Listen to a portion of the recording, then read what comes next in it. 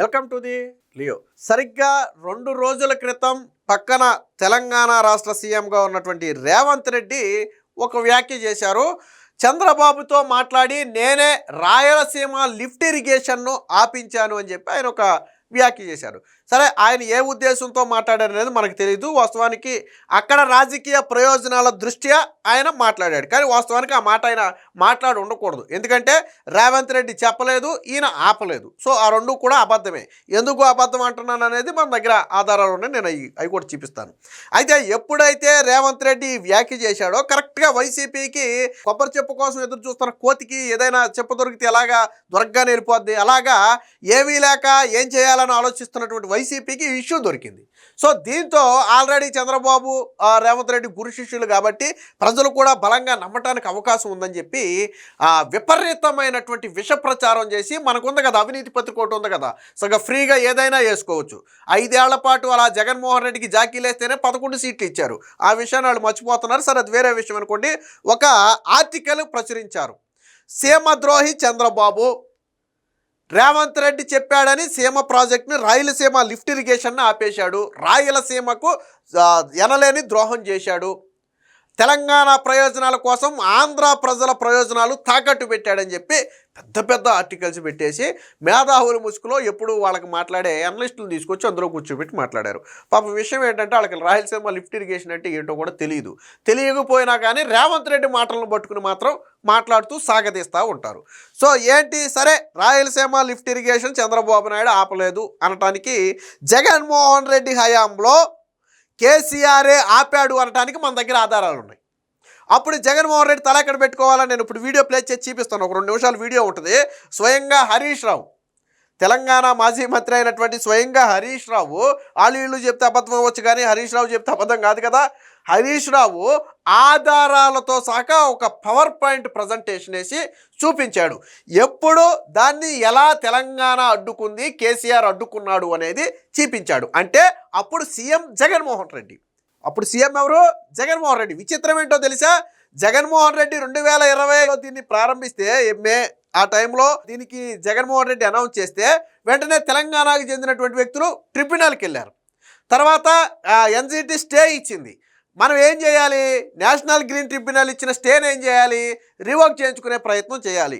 దాని పర్యావరణ అనుమతులు తెచ్చుకుని ప్రాజెక్టును మనం ముందుకు నడుపుకోవాలి. కానీ అది జరిగిన 3.5 సంవత్సరాలు సీఎంగా ఉన్న జగన్మోహన్ రెడ్డి ఎన్జిటిలో ఉన్నటువంటి కేసును కూడా పట్టించుకోలే. కానీ ఏమంటాడు జగన్, చంద్రబాబు నాయుడు వల్లే సీమ ప్రాంతానికి అన్యాయం అంటాడు. సో ఎలా అంటాడు, ఒకసారి దానికి సంబంధించిన వార్త వచ్చింది. హరీష్ రావు మాట్లాడింది ఉందో, ముందు హరీష్ రావు మాట్లాడింది చూద్దాం. ఇది మీరు నేను మాట్లాడితే అబద్ధం కానీ హరీష్ రావు అయితే అబద్ధం కాదు కదా, ఎందుకంటే వాళ్ళకి దోస్తు కదా, జిగిడి దోస్తులు కాబట్టి ఆయన చెప్తే నిజమే చెప్తాడు. చూద్దాం. రాయలసీమ లిఫ్ట్ ఆపిందే మేము, నేను చంద్రబాబు నాయుడు షోలో చెప్పినా, నేను చెప్పగానే నేను ఆపిండాను. ఏనండి ఒకసారి జాగ్రత్త చూడండి. అసలు బీఆర్ఎస్ రాయలసీమ మీద కొట్లాడలేదు, బీఆర్ఎస్ ఫెసిలిటేట్ చేసింది, బీఆర్ఎస్ రాయలసీమ లిఫ్ట్ ఇరిగేషన్ కు అనుకూలంగా పనిచేసింది అని చెప్పి మాట్లాడుతారు. ఇప్పుడు నేను దాని ఆధారం చూపిస్తాను. రాయలసీమ లిఫ్ట్ జీవో వచ్చింది 5/5/2020 ఇది.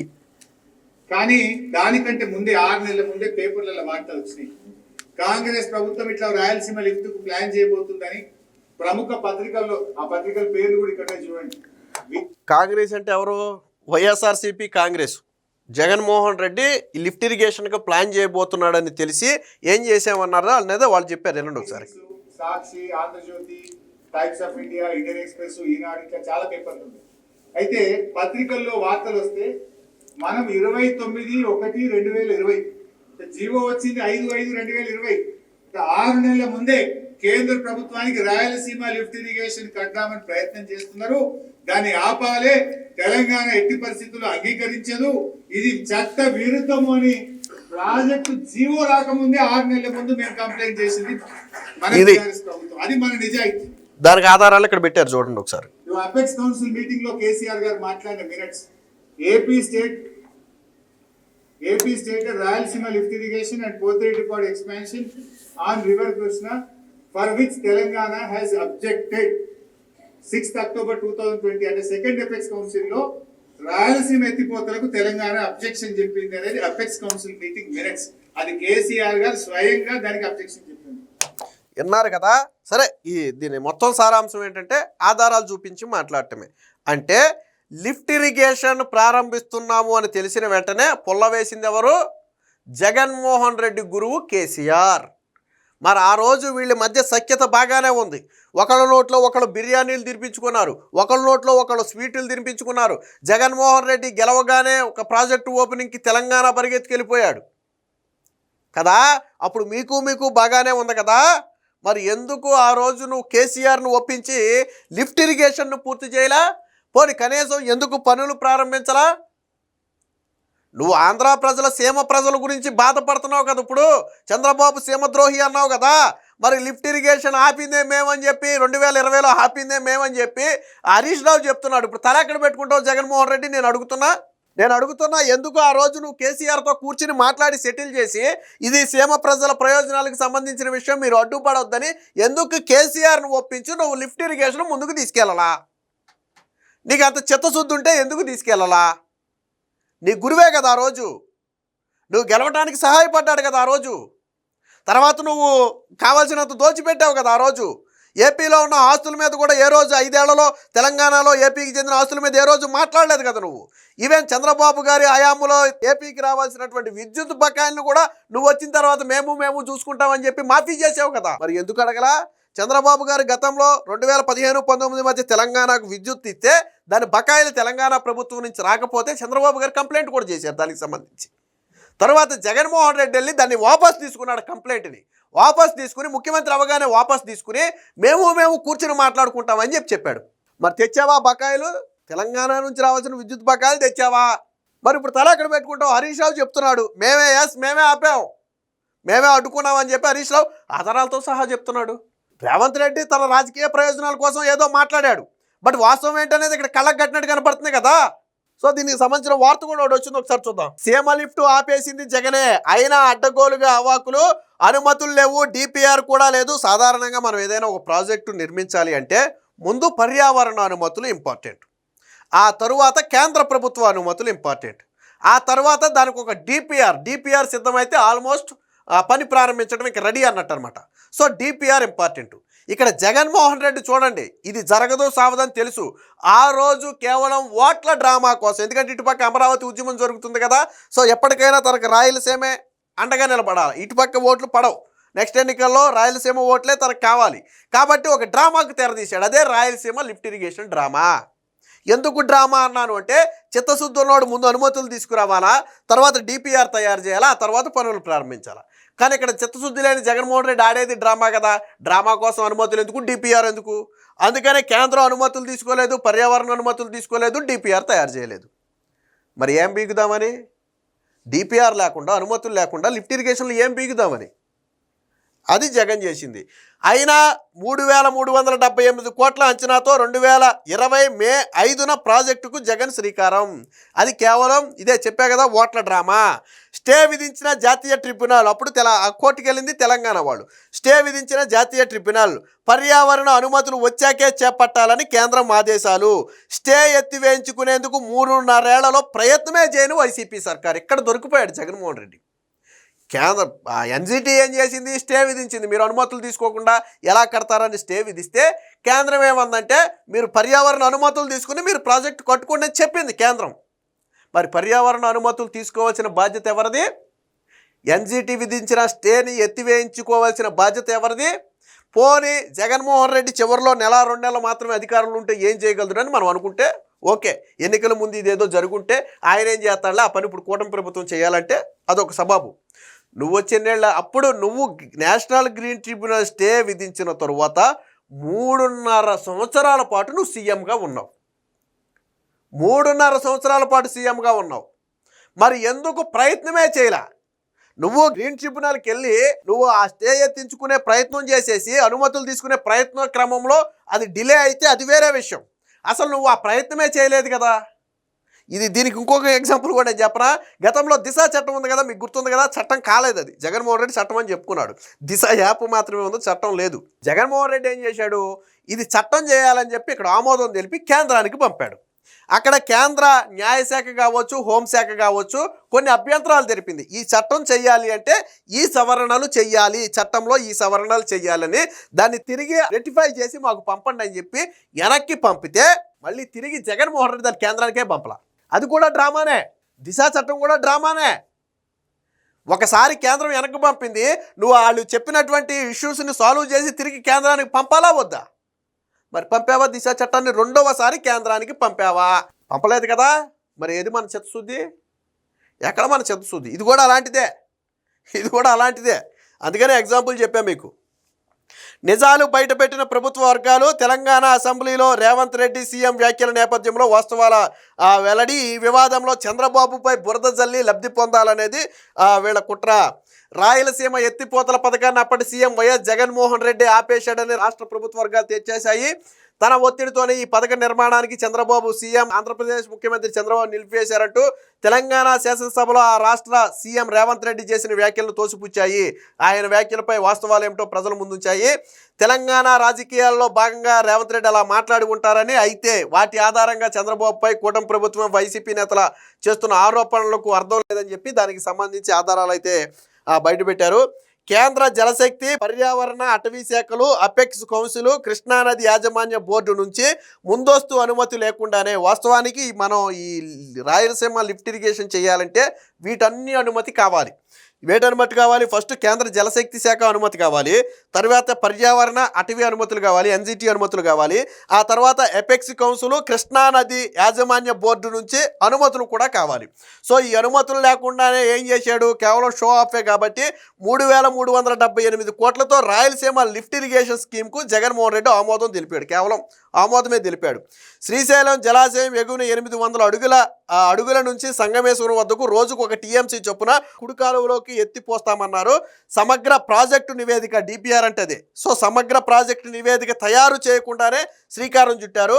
పర్యావరణ మదింపు కూడా చేయలేదు. దీంతో ఈ ప్రాజెక్టును అడ్డుకోవాలంటూ తెలంగాణకు చెందిన గవినోళ్ల శ్రీనివాస్ అనే ఒక వ్యక్తి కోర్టును కాదు, గ్రీన్ ట్రిబ్యునల్ ఆశ్రయించినట్టున్నాడు. చూద్దాం ఒకసారి.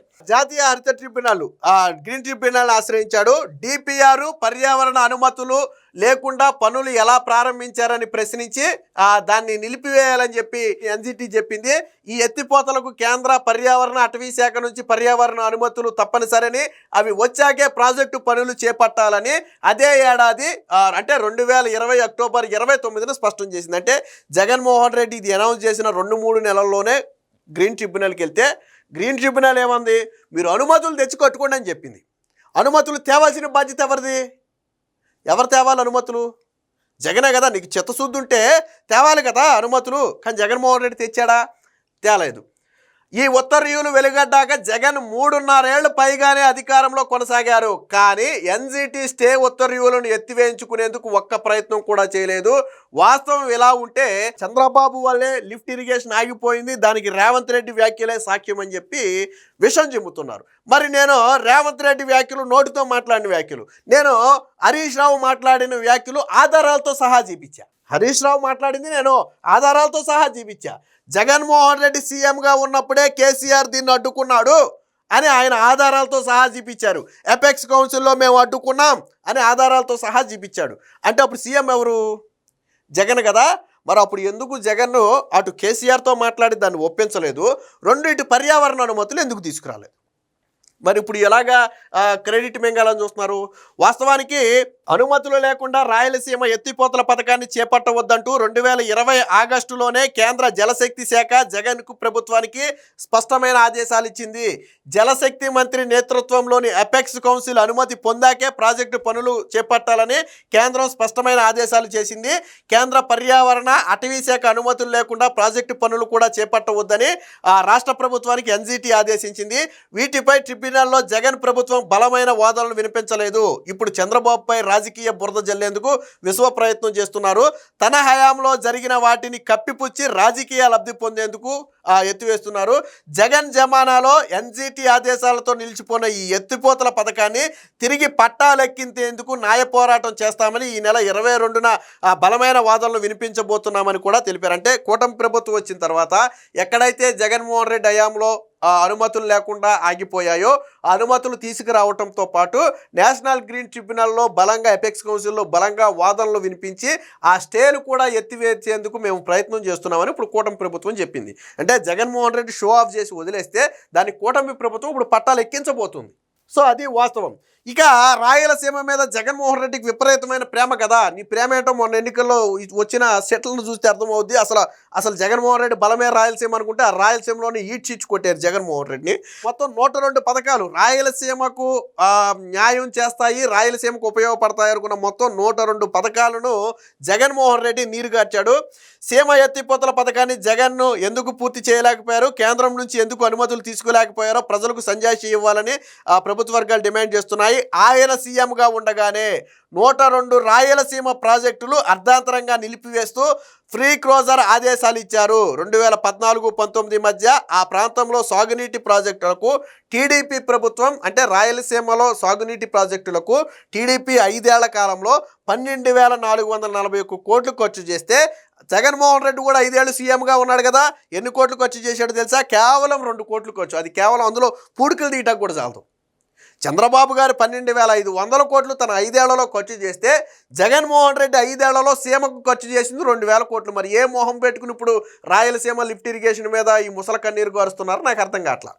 అది వాస్తవం. కూటమి ప్రభుత్వం అధికారంలోకి వచ్చిన ఈ 18 నెలల్లోనే 3,870 కోట్లతో 100 రోజుల్లోనే 738 కిలోమీటర్ల మేర హంద్రీనీవా కాలువ వెడల్పు పనులు చేపట్టి కుప్పం వరకు నీటిని తరలించాయి. మనందరం చూసాం. జగన్మోహన్ రెడ్డి అప్పుడు షో ఆఫ్ చేస్తూ ఒక డమ్మీ అది పెడితే తర్వాత కూటమి ప్రభుత్వం వచ్చిన తర్వాత దాన్ని నిజం చేసింది.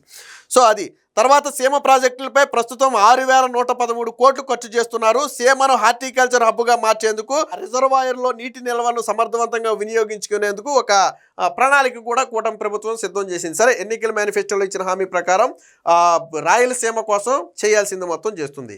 కానీ జగన్మోహన్ రెడ్డి షో ఆఫ్గా ప్రారంభించి తెలంగాణ అడ్డుకుంటే మాట్లాడకుండా, ఆ రోజు కేసీఆర్తో ఒప్పించకుండా, కేంద్రం అనుమతులు తీసుకోకుండా, జలశక్తి శాఖ అనుమతులు తీసుకోకుండా, పర్యావరణ అనుమతులు తీసుకోకుండా, ఇవన్నీ కాదు అసలు డిపిఆర్ఏ తయారు చేయకుండా, సమగ్ర నివేదిక తయారు చేయకుండా నేను లిఫ్ట్ ఇరిగేషన్ అంటున్నాను, కోర్టులో స్టే చేశారు, కుదరదు నువ్వు అనుమతులు తీసుకోవాలని.